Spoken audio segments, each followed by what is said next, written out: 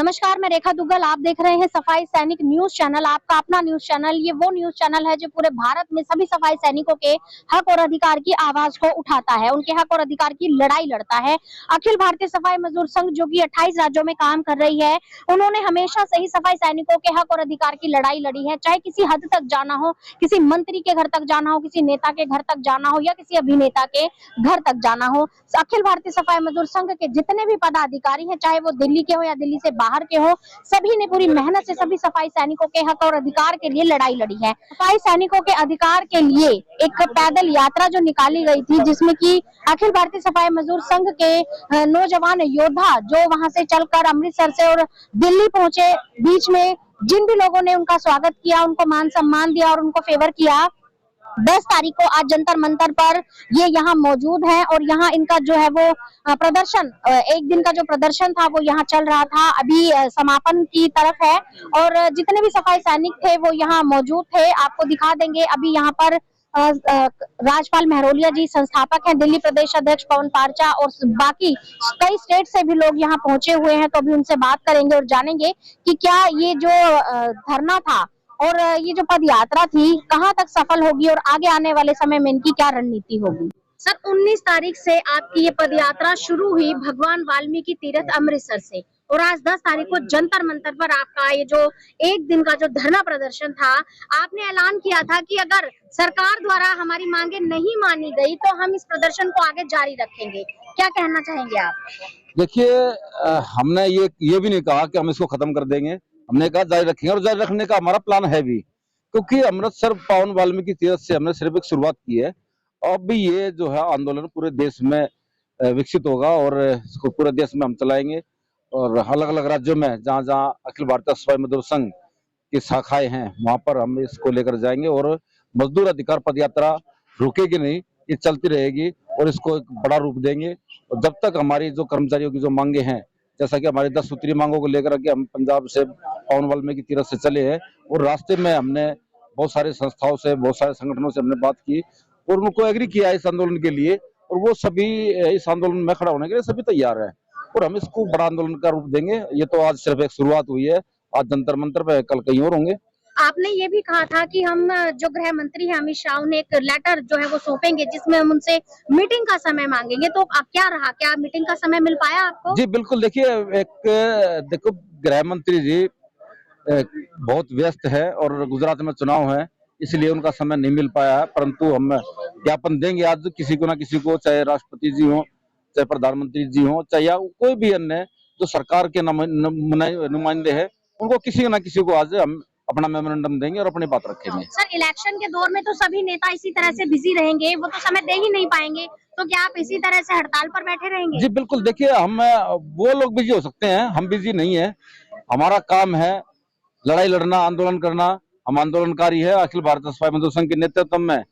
आंदोलन करेंगे, यहाँ आज यहाँ कल कहीं और करेंगे, लेकिन इस आंदोलन को रुकने नहीं देंगे जब तक हमारी जो मांगे हैं, जो सबसे खास तौर से जो हमारी मुख्य मांगे है, एनपीएस की जो मांग है, हमारी पुरानी पेंशन बहाली की जो हमारी मांग है, उस पर हम अडिग हैं और अडिग रहेंगे। उसको जब तक हम वापस नहीं कराएंगे, एनपीएस को, पुरानी पेंशन बहाल नहीं कराएंगे, तब तक हम पीछे नहीं हटेंगे। सर, आपको क्या लगता है, जिस तरह से समय नहीं दिया गया गृह मंत्री जी की तरफ से या अन्य जितने भी नेता थे, उन्होंने यहाँ आकर एक बार पूछने की भी जरूरत नहीं समझी, तो क्या ये इसीलिए कि एक दलित समाज का एक सिपाही जो है इस झंडे को लेकर चल रहा था? निसंदेह केंद्र सरकार में बैठी हिंदूवादी जो भाजपा है, ये दलितों का शोषण करने के नए नए माध्यम इजाद कर रही है। मनुस्मृति को पुनः लागू किया जा रहा है और जो हमारा संविधान है उसे समाप्त करने के पूरे पूरे प्रयास किए जा रहे हैं। आज सफाई कर्मचारी जो पिछले 20-30 वर्षों में अपने पांव पे खड़े होकर अपने बच्चों को शिक्षित कर पा रहा था, वो बच्चे पढ़ लिख करके डीएम, एसडीएम और अन्य सरकारी प्रतिष्ठित नौकरियों में जा पा रहे थे, उनको ये पुनः घुटनों पर लाना चाहते हैं, इन्हें गुलामी प्रथा में बांध कर रखना चाहते हैं। इनके बच्चों को ये पुनः सीवर के अंदर, गड्ढों के अंदर डुबा करके मार देना चाहते हैं और इन्हें 2 रोटी पर लाकर अपनी गुलामी कराना चाहते हैं। जय श्री राम और जय भगवानों के नाम याद कराना चाहते हैं। सर, पूरे भारत के अंदर सफाई सैनिक एक ऐसा योद्धा है जिसने कोरोना काल से लेकर हमेशा अपनी कहीं ना कहीं बलिदान उसने अपना दिया, देश को स्वच्छ रखता है, लाखों बीमारियां अपने घर, अपने परिवार तक अपने साथ लेकर जाता है। बावजूद इसके सफाई सैनिक को ही क्यों हर बार सरवाइव करना पड़ता है, उसे ही क्यों भूखा मर के अपने अधिकार के लिए आवाज उठानी पड़ती है? इसका कारण सीधा है कि मनुस्मृति नाम का जो चश्मा है इन सत्ताधारियों ने बांध लिया है और इन्होंने तय कर लिया है ना तो इन्हें सामाजिक सुरक्षा देंगे और श्रम अधिनियमों के अंतर्गत मिलने वाले जो लाभ हैं वो भी इन तक नहीं पहुंचने दिए जाएंगे। सारे के सारे इन्हीं के लोग हैं जो सरकार के अंदर बैठ करके बंदर बांट कर रहे हैं। इस हेड में आने वाला पैसा जानबूझ करके आउटसोर्स में रखा गया है ताकि निर्बाध रूप से ये ठेकेदारों के माध्यम से वापसी उन तक पहुंचता रहे। सर, अमृतसर से पावन ज्योत आप लेके चले, आपका कहना है कि वहां हमें पूर्ण समर्थन मिला। सफाई मजदूर संघ संस्था जो समय हमेशा सफाई कर्मचारियों के लिए काम करती है, लेकिन यहाँ पर दिल्ली के दिल कहे जाने वाले जंतर मंतर पर जो आप प्रदर्शन कर रहे हैं, तो आपको समर्थन ना के बराबर मिला, आपके साथ सफाई कर्मचारी नहीं थे, ऐसा क्यों? नहीं, ऐसा नहीं है। आज सिर्फ प्रतिनिधि बुलाए गए थे, सभी संगठनों के प्रतिनिधि और सभी प्रदेशों के प्रतिनिधि थे। कुल मिलाकर के 250 के आसपास प्रतिनिधि यहाँ उपस्थित रहे हैं। बरसात के कारण प्रतिनिधि आते जाते रहे हैं। ऐसा सोचना कि सिर्फ जब तक पूरी भीड़ ना दिखाई दे तब तक हमारा सब साथ किसी का समर्थन नहीं है, मुझे लगता है ये गलत होगा।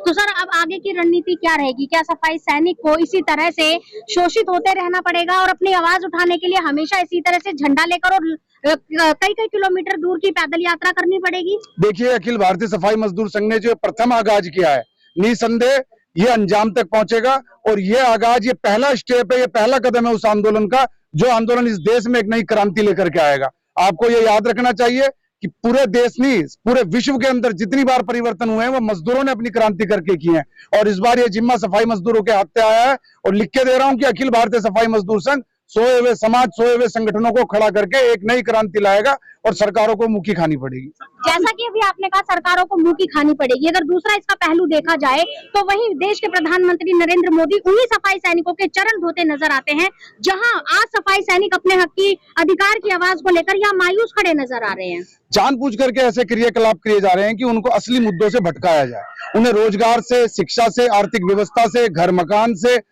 उनकी जो बीमारियां हैं उनसे हटा करके इस तरह के मुद्दों में जोड़ा जा रहा है कि आदमी भूल ही गया है कि एक तरह का अफीम चटाया जा रहा है। इन लोगों को सम्मान तब अच्छा लगता है जब आर्थिक संसाधनों से हमें परिपूर्ण किया जाए, हमारे पेट में रोटी हो, हमारे शरीर पे कपड़ा हो, सर पे हमारे छत हो। सर, लगातार जो वाल्मीकि समाज है, सफाई कर्मचारी है, उनके लिए कई वर्षों से लगातार आवाजें उठ रही हैं।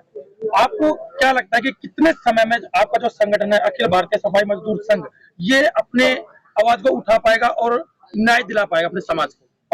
अखिल भारतीय सफाई मजदूर संघ मात्र एक सफाई मजदूर संगठन नहीं है। इसके अंदर बहुत सारे संगठन समर्थन के लिए आ रहे हैं, बहुत सारे समाज सेवी समर्थन के लिए आ रहे हैं और हमें पूर्ण विश्वास है कि सिर्फ अखिल भारतीय सफाई मजदूर संघ नहीं, दलित समाज के जितनी भी यूनियन है, जितने भी संगठन है, वो सभी जल्दी एक प्लेटफॉर्म पे आने वाले हैं और इस सरकार को दिखाकर रहेंगे कि यदि तुमने दलितों का शोषण नहीं रोका, जिस प्रकार से आज एक वाल्मीकि को इन्होंने हाशिए पर रख दिया है। वाल्मीकियों की संख्या ये बहुत कम मानते हैं, वाल्मीकियों की संख्या 6-6.5% पूरे देश के अंदर है और जब सारा दलित समाज इस नेतृत्वशील, इस संघर्षशील समाज के साथ खड़ा होगा तो इन सरकारों को झुकना पड़ेगा। सर, अभी जब आप आए और आने के बाद महर्षि वाल्मीकि जी भगवान के रूप में माने जाते हैं, पर मंदिरों में कहीं रोका जाता है, कहीं से भेजा जाता है, तो उस पे क्या प्रथा रही कि कहाँ एंट्री होती है और कहाँ एंट्री नहीं होती, इसके ऊपर क्या कहेंगे? आपने बहुत ही दुख तिरक पे हाथ धर दिया और दुख तिरक मैं इसलिए कहूंगा क्योंकि हम जब पंजाब से चले बहुत सारी बाधाएं आई। ऐसा नहीं है कि भाई हम सारी सुख सुविधाएं भोग कर आए हैं, हम तो सारी सुख सुविधाएं छोड़ करके घर से निकले थे, त्याग करके निकले थे कि भाई हमें आगे कुछ सुख सुविधाएं नहीं मिलेंगी और उसकी लालसा भी नहीं की। लेकिन मैं उन सभी भाइयों का, उन बहनों का, सभी का धन्यवाद देना चाहूंगा जिन्होंने पंजाब से लेकर दिल्ली तक हमारे लिए पल के बिछाई, हमारा स्वागत किया, हमें जो मान सम्मान दिया, मैं उन सभी का बहुत बहुत धन्यवाद देता हूं। और कठिनाइयां इस प्रकार की आई है, तो बहुत तगड़ी धूप थी, बहुत ज्यादा गर्मी थी और बरसात कई बार बीच में बरसात हुई, लेकिन हम ना धूप में रुके ना बरसात में रुके, हम चलते रहे और उसी का नतीजा कि हम आज जंतर मंतर पे हैं। लेकिन कई जगहों पर हमें रुकने की, खाने पीने की व्यवस्था नहीं मिली थी, हालांकि हम अपना सारा सामान लेकर गए थे, हमारा पतीला, गैस चूल्हा था, सिलेंडर वगैरह सब कुछ फोल्डिंग तक, यहाँ तक हम अपना फोल्डिंग तक ले गए थे, लेकिन बहुत कम जगहों पर उसको इस्तेमाल करने की जरूरत पड़ी।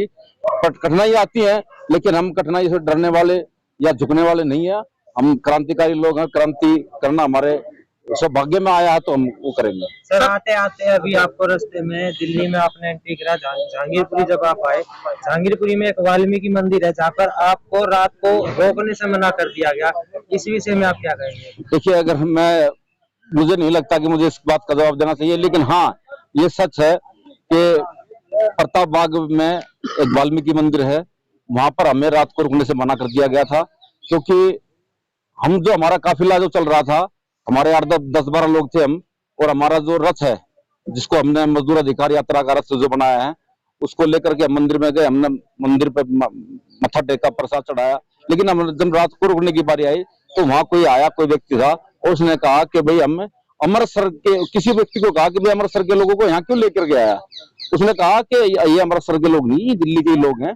यहाँ रुकना चाहते हैं रात को। तो उसने साफ मना कर दिया, कह रहा कोई मतलब नहीं है किसी का रुकने का, राजनीतिक लोगों की यहाँ जरूरत नहीं है, राजनीतिक व्यक्तियों की यहाँ जरूरत नहीं है। परंतु मैंने उनको कहा कि हम राजनीतिक व्यक्ति नहीं है, हम तो सफाई कर्मचारी हैं, अपना आंदोलन लेकर चल रहे हैं, मजदूर अधिकार यात्रा लेके आए हैं, अमृतसर से चले हैं, यही के रहने वाले हैं दिल्ली के। तो उन्होंने हमारी एक नहीं सुनी और हमारे को कहा कहीं भी जाओ, हम यहाँ नहीं रुकने देंगे। सर, इस दौर में आपको बेहद कठिनाइयों का सामना करना पड़ा होगा, परंतु क्या भविष्य में इस तरह के प्रोग्राम, इस तरह की पावन ज्योत दोबारा लाने का भी प्रोग्राम? देखिए पावन ज्योत नहीं, इसको देखो ये पावन ज्योत से कम भी नहीं है, क्योंकि इस मजदूर अधिकार यात्रा के माध्यम से उन परिवारों का भला होगा, उन घरों का भला होगा, उन बच्चों का भला होगा जो परिवार भुखमरी कगार पे हैं, जिनका पालन पोषण ठीक से नहीं हो रहा है, जिनको उच्च शिक्षा नहीं मिल पा रही है, ऐसे परिवारों के लिए आंदोलन है और ये लड़ाई हम जारी रखेंगे।